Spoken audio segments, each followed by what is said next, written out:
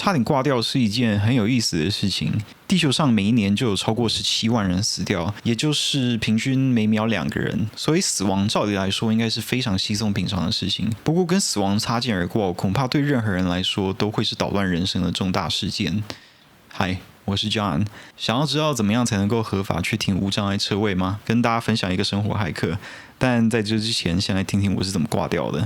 时间是去年10月25号，我一大清早出门去做健康检查，本来以为中午左右就能够回家，脑袋里还想着回去的路上要帮猫咪买点心，没想到我下一次踏进家门就已经是整整3个礼拜之后的事情了。但要解释我这个10年左右没有做过健康检查的人，为什么会突然心血来潮花一堆钱去找罪受，恐怕要从更早之前说起。第一章，眼球注射。去年9月的时候，我自不量力接下2份兼差，一份是帮一个系列讲座制作平面文宣，另一份是帮一个我认识20几年的朋友制作婚礼播放的动画短片。这些额外工作进行的同时，我每周还会替正职的工作，也就是替某一个100万订阅的 YouTuber 写一篇6000到1万字不等的稿子。这个繁重的工作量让我周间每天从早忙到晚，周末也几乎没有时间休息。到了月底，我已经几乎燃烧殆尽，满心期待要在事情告一个段落之后化为一滩烂泥。这段期间，每天早上醒来的时候，我的左眼视线总是点缀着一圈金星，有点像是那种你蹲在地上太久，忽然站起来的时候会出现在眼前的那种。那个时候我并没有特别警觉，想说可能只是太过劳累造成的，只要再过一阵子，压力没有那么大，应该就会恢复正常。但事情并没有这样子发展。随着时间经过，我的左眼视野就逐渐被这些杂乱噪点覆盖。9月底，家中的一位亲戚离世，我跟我太太订了高铁前往南部参加告别式。不巧的是，正好在出发的前一天，我的左眼就突然恶化，视野中央化为一大片不规则的模糊。我的视力在一夕之间烂掉，让我终于意识到事情的严重性。但是为了不让家人失望，我还是硬着头皮起了大清早去搭车。那天的气温大约32度，太阳很大，但不至于让人完全无法忍受。奇怪的是，不知道为什么我只要站个5分钟就觉得很累，不得已之下，我就只好坐在帐衣社提供的遮阳帐篷底下。大概2个小时之后，到了前往殡仪馆的时间，我心里想说自己应该恢复的差不多，就站起来跟大家一起走。结果马上头晕目眩，蹲坐在地上。我家人当时普遍都觉得我只是中暑，只要刮痧就没事。只有我太太觉得好像苗头不对，但她也没办法做什么，只能眼睁睁看着我妈拿着一根汤匙在我脖子上猛挖，然后还有目睹我不但扭着身躯侧躺在床上哀嚎的模样。隔天下午2点，我前往眼科处理左眼瞎掉一半的问题，但是因为没有事前预约，所以跑了好几间都挤不进去。那时候山图尔台风正在逼近台湾，我住的地方已经刮起夹杂毛毛细雨的惊人狂风，走在路上我的雨伞每2分钟就开一次花，所以就只好认命花钱叫车。等 Uber 的时候，我还看到人行道上的一辆机车，因为强风左右在那边咔嗒咔嗒摆动个不停，好像随时都会直接倒到地上。即使上了车子，我还是像无头苍蝇一样四处绕了半天，好不容易找到一间只接受排队的眼科，却因为失之毫厘错过下午看诊的时段，需要再等3个小时才能够挂号。历经这些折腾，又等了10几个排在我前面的人做完检查，晚上8点左右，我才终于进到检查室。结果出炉之后，医生说明我的左眼黄斑部有水肿，压迫到视神经，所以才会看不见。但是诊所的仪器没有办法厘清真正的原因，所以我必须传诊到附近的大医院。听到这个答案，我心里面出现了不祥的预感。虽然迫切很想要无视这一切，看看眼睛会不会自己好起来，但直觉告诉我这样只会更糟，所以不得已就只好继续就医。隔天，我前往医院办理转诊，发现眼科门诊已经排到了2个月后。转诊虽然可以让我插队，但即使这样，也必须要等到1周之后才能够看诊。无奈之下，我就只好乖乖回家等1个礼拜。在这个期间，台湾非常难得的连放了2天台风假，但是在家工作的我并没有因此受惠，还是需要坐在电脑前面努力生出影片的稿子。这就带到了我的另一个问题 ，ADHD， 俗称过动症。但是过动和无法专心这2种主要症状。有些人只有其中一种，我就是那种没有过动，只有难以专心的那种。在 ADHD 的影响之下，每一次我坐下来工作，或是被打断之后重新开始，少则需要1个小时，多则需要半天我才能够进入状况。但是在单眼视线模糊的状态下，盯着电脑荧幕好好工作，忽然从登天变成像是登上太空一样的艰难挑战。为了撑下去，我用力闭着左眼，因为睁开眼睛的话，那片模糊就会侵蚀我的理智，让我想要把自己的牙齿全部都拔出来。后来受不了了，我还跑去买了一个海盗眼罩，看看能不能让自己更专注。等到看诊当天，我已经被折腾到快要理智断线。没想到在医院等着我的是因为2天台风假而延后看诊的人潮，整个眼科楼层人满为患，所有的座位都被占满，所有走到墙边全部的空位都有人靠着。我整个尴尬的站在座位区和墙角之间的空隙，耐心等候叫号。我那天大概下午3点抵达医院，大家可以猜猜看我最后几点才回家，晚一点再揭晓答案。看医生之前，基于医院的要求，我又做了一连串的检查，也因此点了散瞳剂，没有办法看着手机，只能够眯着眼睛坐在那边干等。很扯的是，轮到我看诊之前，又因为等待时间太久，散瞳剂过了药效，需要再补点一次。快要天黑的时候，我太太下班来陪我，然后又再经过4个漫长的小时，才终于轮到我。医生迅速解释，我视觉出问题的原因是由于视网膜中央的动脉堵塞所造成，也就是所谓的眼睛中风。如果你听到眼睛会中风觉得很意外，我也有同感。对我来说，这有点像是偶然得知你的邻居其实是个连环杀人魔，但是你得知的原因是因为他现在正在追杀你。不过重点是，眼睛中风到底是什么原因造成的？医生回答，不知道，要做其他检查才能够搞清楚。要怎么样才能治好？没办法根除，只能够消除症状，而办法就是眼球注射。你没有听错，眼球注射，顾名思义就是打针打在眼球上。这种治疗健保给付需要等2个月的时间，所以我就自费花了新台币7000块，排在2天后进行。看完医生，时间是晚上9点10分左右。就这样，历经整整6个小时的等待，不到6分钟我就出了诊间。看诊隔天，好巧不巧是我的34岁生日。从以前我就一直觉得33是我的幸运数字，所以脱离这个岁数让我心情有点郁闷。那天晚上大雨滂沱，我的庆生晚餐是微波炉加热的调理包。治疗当天我到医院报到，然后进手术室等待。进去之前，我照规定换上病人服，然后把所有的随身物品放置到置物柜里面。接着我又再次在没有手机可以滑的情况下等了3个小时。虽然等待室有一间电视，但是这并没有让那3个小时更好过。进医院之前，我天真的以为顶多1个小时就可以把所有的事情都解决掉，然后我就可以去吃午餐。结果没吃午餐的我坐在那边，就只能默默看着美食节目报道某个地方小吃店的烤鸡是怎么做的。我当天第一餐是等到下午4点才吃到，而且是吃 7-Eleven 的微波食品。但老实说，这有一点是我活该。接下来这个部分有点恶心，对肉体恐怖敏感的人自己斟酌要不要听，不要听的人可以跳到这个时间。虽然等待很漫长，注射的过程倒是相当迅速。护理师把坐在轮椅上的我推进手术室，一进到走道，我全身的汗毛都竖了起来，里面冷得像一个巨大冰柜一样。我起身躺到手术台上面，护理师随即替我点了眼药水，然后把沾了麻醉剂的棉花棒放置在我的虹膜下方的眼白上面。接着医生就拿一支非常细的针筒刺进我的眼球里面，把药水注射进去。在麻醉的效力之下，这个过程其实不会痛，但还是能够感觉到有一种异物刺入眼珠的那种微妙的穿透感。眼球的内容物主要是透明的液体，所以里面有东西的话，其实你是可以看得到的。药水进到眼球里面之后，凝聚成一颗小珠子，就像是太空人在影片里面用液体展示无重力环境的时候呈现的那个样子。每当我转头的时候，那颗珠子也会随着晃动，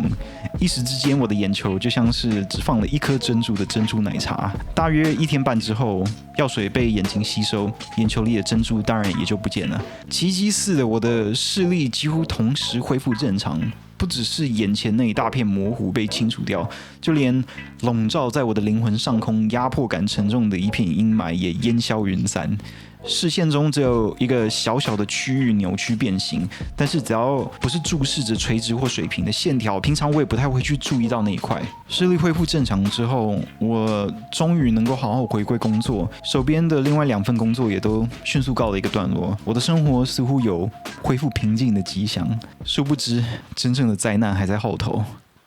第2章，屋漏偏逢连夜雨。为了厘清眼睛中风到底是什么因素造成的，我很快就联系了医院做健康检查，时间排在2周之后。一眨眼，时间就来到10月25日。由于医院离我家有一段距离，我一大清早6点整就要出发。当时又有另外一个台风正朝着台湾逼近，外头风雨交加。抵达之后，柜台人员把我登记到系统中，然后叫我依照医院的手机 App 去跑不同的检查点，在各式各样的问答、检查和样本采集的过程之间，几个小时很快就过去了。就在我即将进行颈部超音波之前，一名护理人员忽然把我叫住，要我在完成超音波之后前往最一开始问诊的房间，说医生有重要的事情要跟我讲。当时我并没有什么不对劲的感觉，或是觉得接下来的对话会对我有什么重大的冲击。但有的时候，一脚踹翻你人生的灾难，就是会以平淡的方式降临。进到诊间，医生拿出稍早的验血报告，开始跟我描述检查到的问题。首先，我的血红素非常的低，严重贫血。我心想，这解释为什么我在做心肺功能测试的时候，跑了几分钟就喘到不行。接下来就是我血液中的几种毒素是正常值的10倍以上。我想，这或许就说明了为什么我好一段时间精神都很差。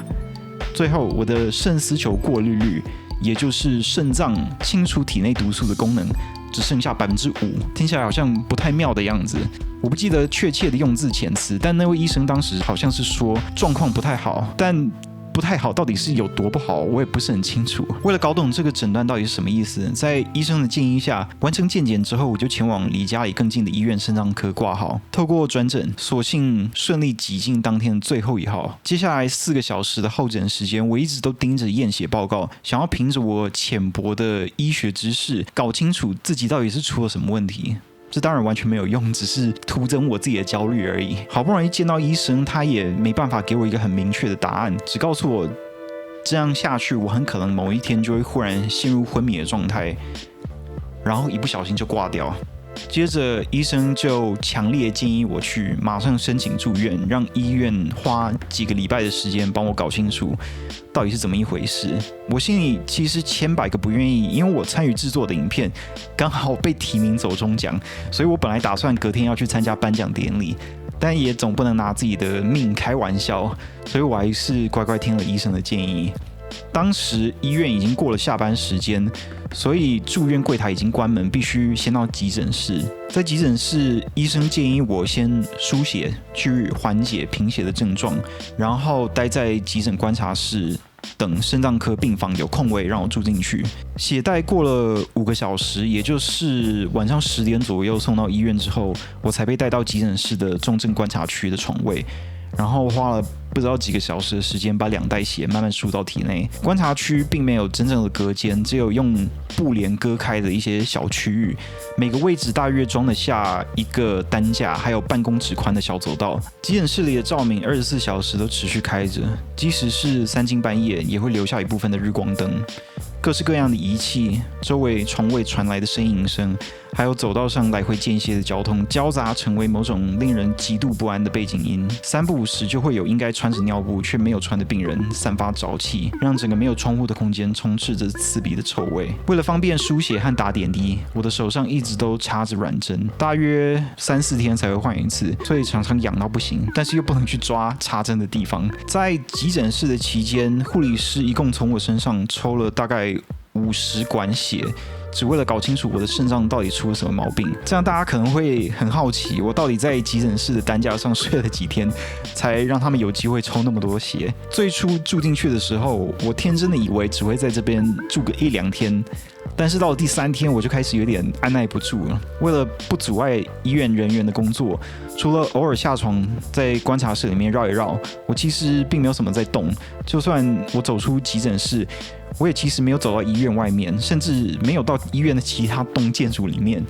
醒着的时间，我90%都盯着床位右前方的办公区，默默观察医生和护理师办公的样子。结果我就这样整整盯了5天，楼上才有空位。期间，我太太每天早上5点半起床，准备出门上班，下午5点半才回到家，还要替我准备符合饮食需求的午餐跟晚餐。3天2头又会睡在一张窄到不行的躺椅上面，在医院陪我过夜。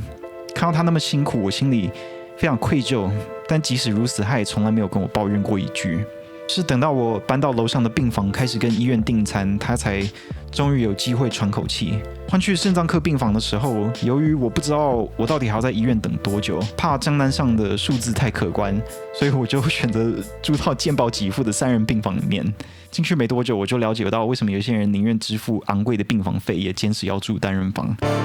首先，靠窗的床位住的是一位行动不便的老人家，就连前往病房里的厕所他都做不到，所以必须在床边使用便盆椅。细节我就不描述了，但可想而知，早期的问题并没有因为换到真正的病房而有所改善。再来，中间的床位住的原本是一个比较年轻的病人，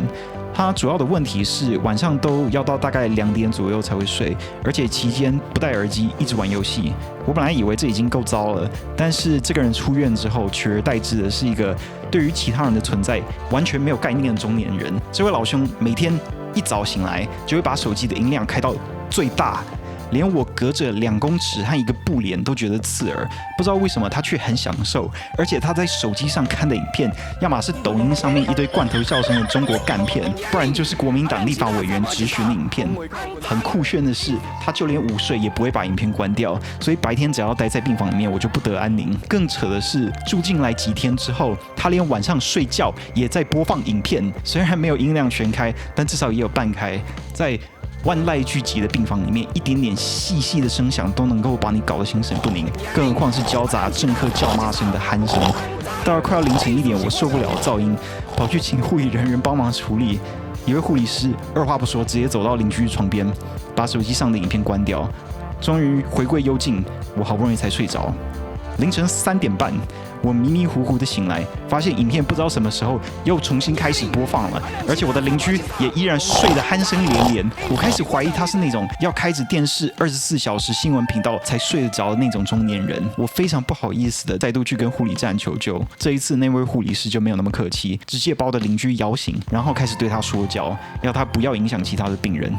在这之后，那位中年病人就没有在晚上播放影片，但白天他还是非常开心心的跟整个病房分享他爱看的内容，所以我也开始用笔电播放噪音音乐回击，以防大家不知道这是什么，我播一小段给你们听，给你们几秒钟的时间把音量调低。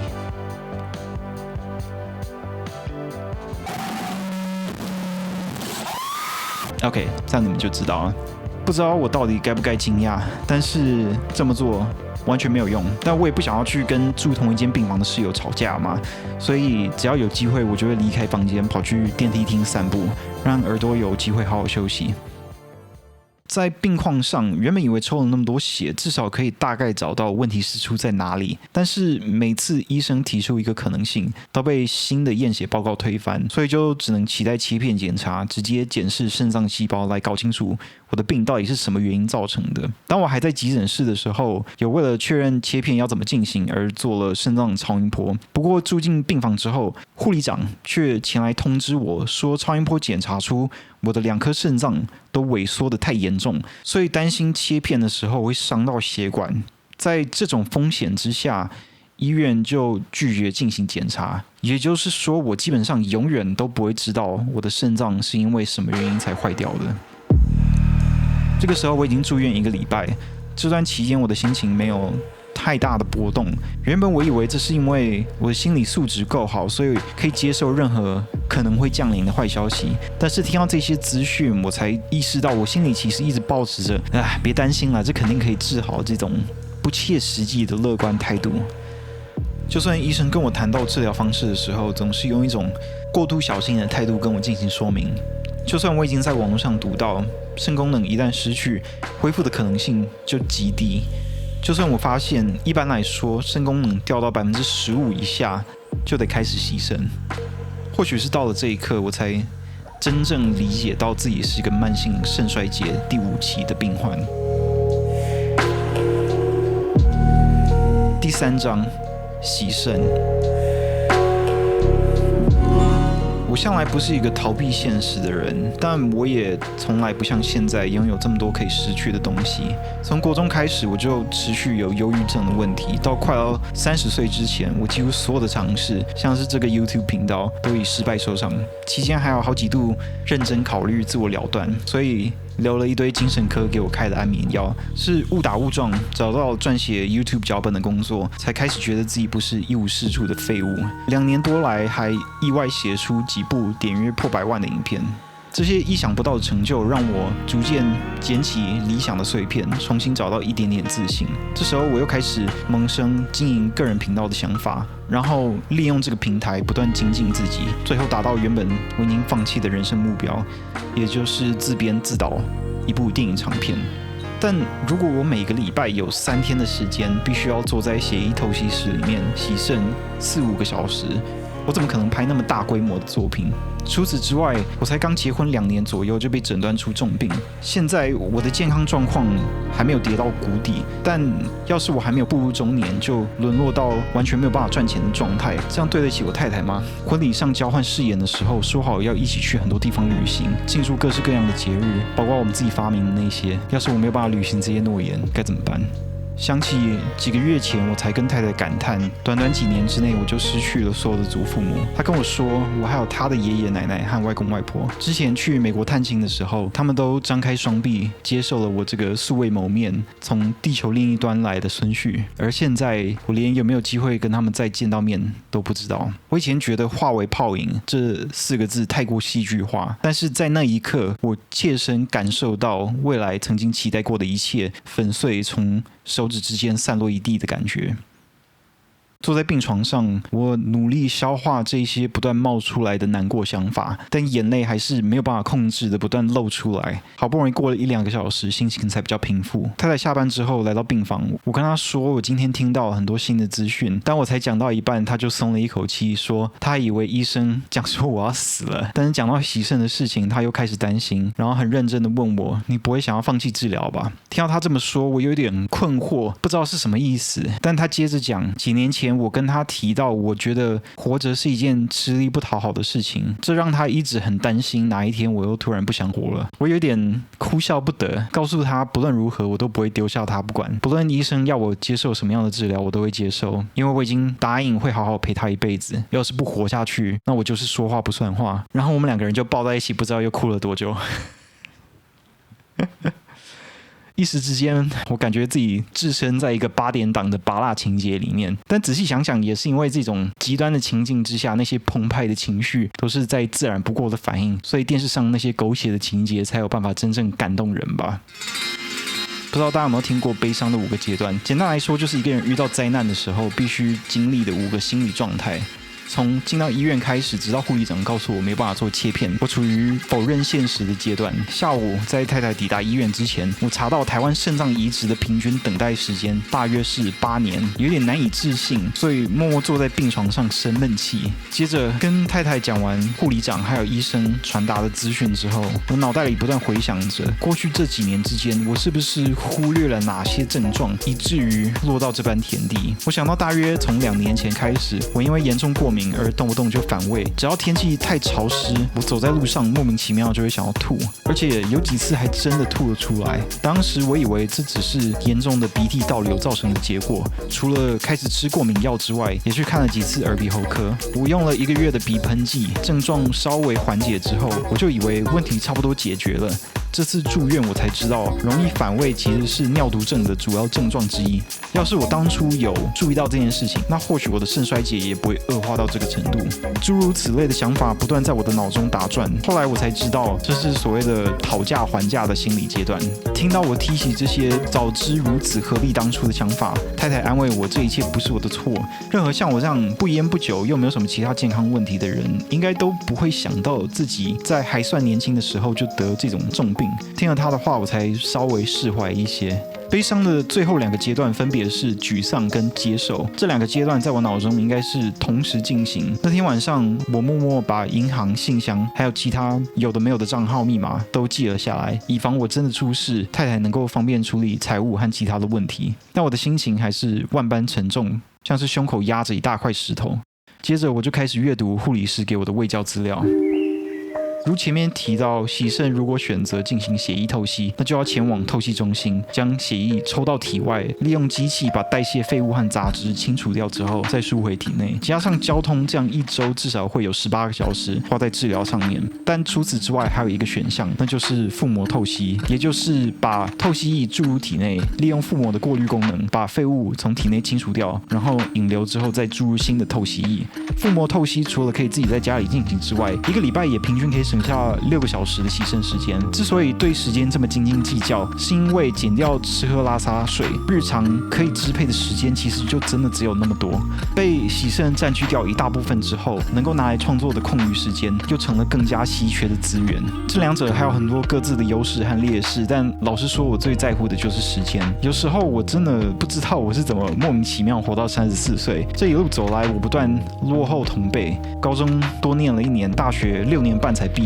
生得太早，所以又比大半成功岭的同梯多理了8个月的平头。眼见自己没多久就要中年，又忽然得这种病，以前觉得很重要的事情似乎都没有那么重要了。硬要形容的话，就像是被一刀切成2半，整段前后的我有种本质上的差别。我想要以创作为生，而且我不想要再用那种总有一天会去实践这个目标的心态继续拖延下去。而为了确保我的生活保有一定的弹性，最后我决定选择腹膜透析，排在几天之后将洗肾用的导管植入我的腹腔。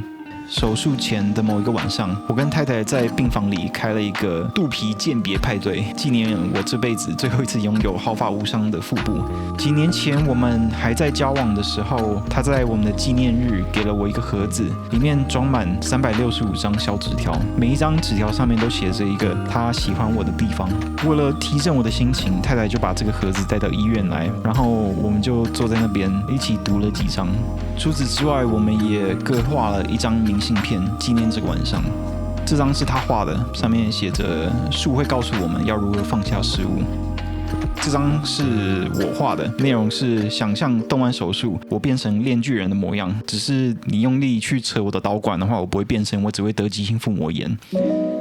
手术进行的过程还算顺利，但是中间有一度从麻醉醒来，当时我的意识非常模糊，只觉得喉咙塞了一堆管子，非常不舒服，所以我奋力试图拔掉。当然，医疗人员马上又增加麻醉的剂量，所以我瞬间又失去了意识。事后恢复就没有那么好玩了。手术结束醒来之后，我的腹部严重胀痛，双手紧抓着床边的护栏，整个人在那边扭来扭去。当时我还在手术室里面的等候区，一旁的护理人员马上问我要不要打止痛针，我的意识还不是很清楚，但满脑子都想着要省钱，所以就问说打了要不要付钱。护理师回答不用之后，我才松了一口气，请他们帮我打。但老实说，打完之后我还是很痛，但是又不好意思请他们再帮我打一针。开刀之前，我在网络上读了一些其他人的经验，大部分的人植入导管之后，过了几个小时就能够下床走路，但是我完全没有办法。术后3天左右，我甚至没有办法直接从躺着的状态坐起来，一定要先侧身，再用手肘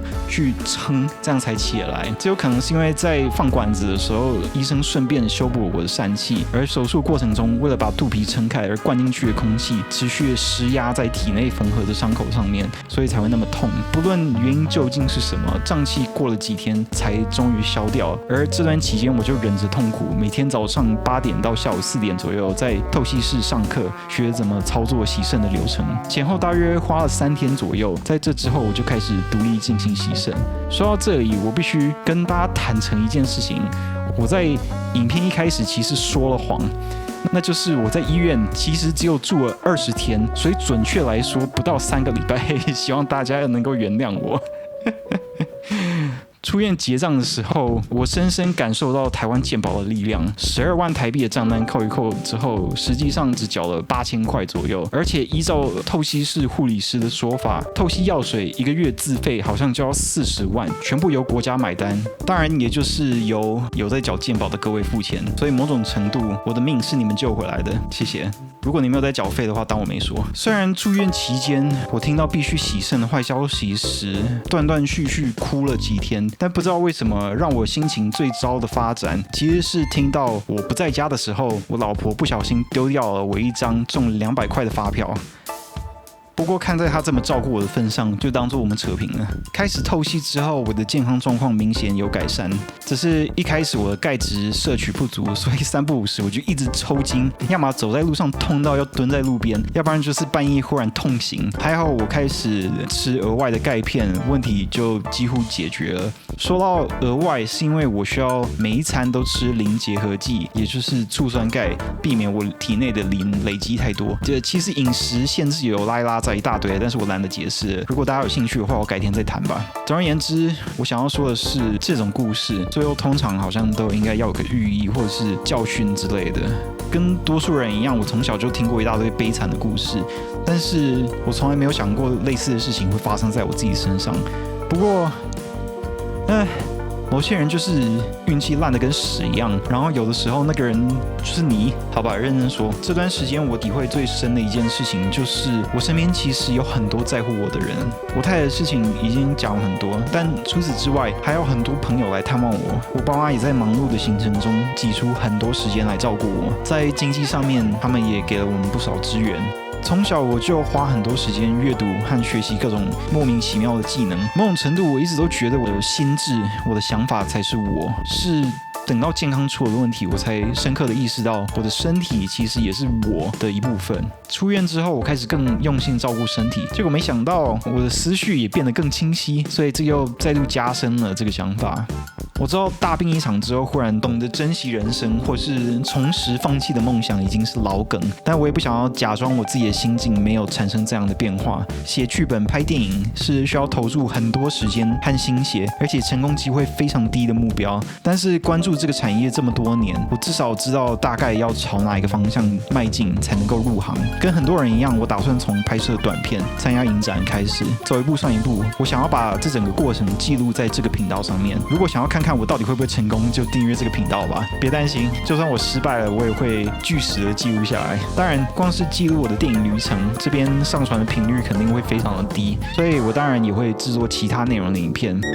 如果大家有兴趣的话，就留下来订阅一下吧。对了，差点忘记告诉大家，生活骇客究竟要怎么样才能够合法去停无障碍车位呢？简单来说，失去重要器官功能算是极重度身心障碍，所以可以去区公所的社会科申请停车许可。